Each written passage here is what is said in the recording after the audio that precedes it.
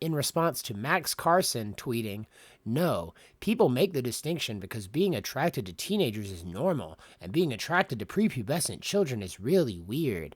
By calling the attraction to teenagers similarly weird, you are inadvertently normalizing the attraction to little kids."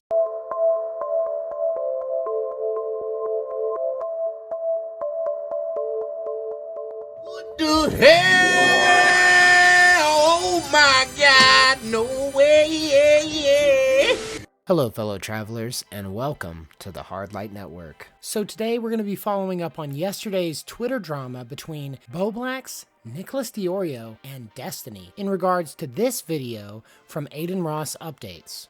This is his debate, his snaky debate tactics, where he'll get cornered for saying some wild shit like molesting a kid doesn't make you a pedophile, and then make it about Tate. If you want to walk through the conversation, we could do it. What do you think a pedophile is? Somebody who's attracted to kids. Yes. Somebody who's attracted to prepubescent children. That's what a pedophile is, technically. That's what Wait, you guys. said to your way. If a 29-year-old fucks a 16-year-old, that's not technically pedophilia. They're not a child. It's just somebody that's using a minor. Bro, okay, this is like a gross conversation that like infects a lot of people's mind with garbage. Instead of doing this debate, instead of gaming for 10 hours a day, Destiny, why do we all get on? In response to this clip, Josh tweets, "Pointing out the difference between pedophile and hebephile is so unnecessary since both are so horrendous. So far, I've only heard hebephiles make the distinction to make themselves feel better about liking teenagers, and Destiny making it in this clip, not calling Destiny a heb/pedo, just saying it's the first time I've heard a non-pedo/heb make that distinction because typically it doesn't matter to anyone else." Nicholas Diorio responds, "I think socially, the word pedophile is used with a wider range of age in mind, and most people are completely unaware these other terms exist at all. In that regard, there is no meaningful distinction because typically, everyone knows what you're talking about. The ages are one of the first things presented in the discussion. But saying there is no difference between the actual definition of a pedophile and the actual definition of a hebephile is like saying there is no difference between murder and premeditated triple homicide. LMFAO, bro, what?" Josh replies, "I never said there's no difference. I just said pointing out the difference is unnecessary. If someone calls a hebephile a pedo, I'm not going to correct them, lol." Nicholas responds, "Pointing out the difference between pedophile and hebephile is so unnecessary since both are so horrendous.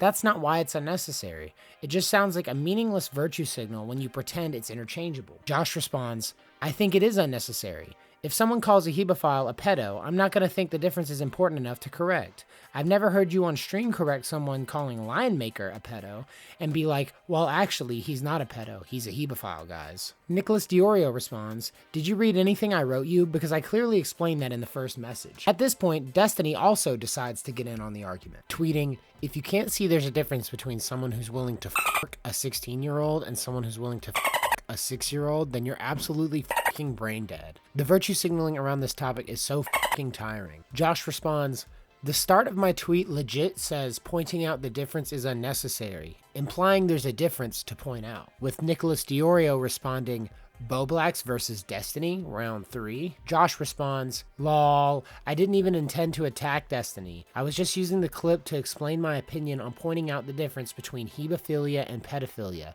I'm sure there was a good reason for him bringing it up though, that was cut out of context in that clip." Josh continued his Twitter rampage against any and all hebephiles by tweeting, "I'm so sorry for falsely accusing you of being a pedophile, Mr. Girl. You're just a hebephile. My bad. Also, being a hebephile isn't normal. Seek help and destroy your hard drives." In response to Max Carson tweeting, "No, people make the distinction because being attracted to teenagers is normal, and being attracted to prepubescent children is really weird. By calling the attraction to teenagers similarly weird, you are inadvertently normalizing the attraction to little kids." Someone should really tag delusional takes on this one. Nicholas Diorio responds, "Since Bowblax put out a comment clarifying his stance after the convo last night, I figured I would address it and show the Reddit post I made before our convo, which summarizes the argument we eventually had." Josh tweeted, "There's clearly a difference between pedoing on a 6-year-old versus a 16-year-old.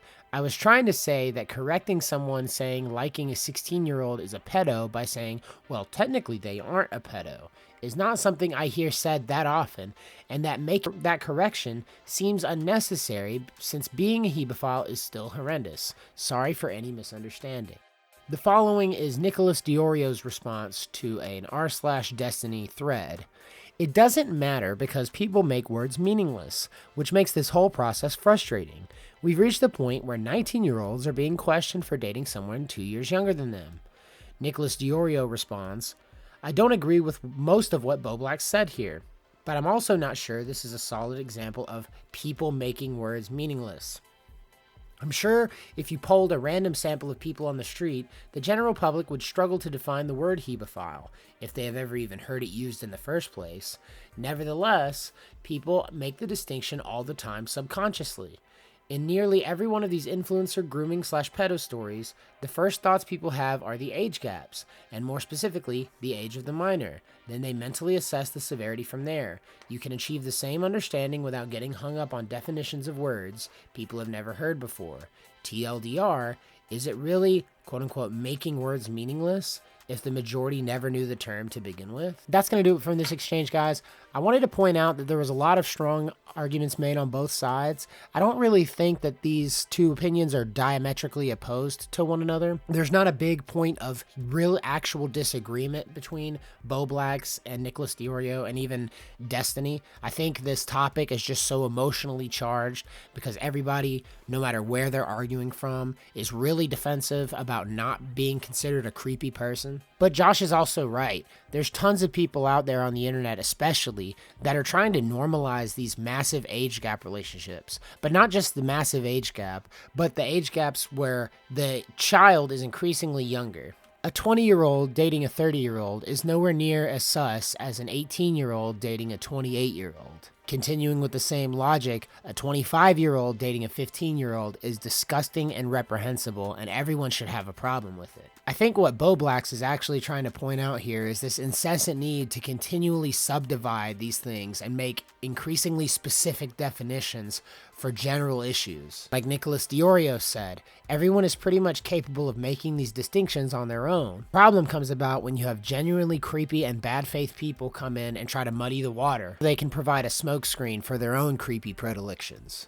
But what do you guys think? Is the distinction unnecessary, or do you feel like we need more specific language to discuss these topics? Like I said, personally, I find myself landing in Bowblax camp on this. I just don't see the point in needing to distinguish between somebody romantically pursuing a 16-year-old versus somebody romantically pursuing a 6-year-old. The truth is, when you're under 18, the larger the age gap, the more sus that it is. But the second that you hit 18, all bets are off, because as far as the law is concerned, you are autonomous individual, you're responsible for your own behavior. Again, personally, I disagree. I don't think people are really generally mature enough to handle romance or romantic relationships until they're a little bit older than even society would say is acceptable. But that's just my personal opinion. And as far as the law goes, I think 18 is probably a good number, and I don't see a real big reason to need to push to have it moved one way or the other on the slider. Thank you guys for watching. If you liked the video, leave a like, and until next time, love you guys. Safe travels.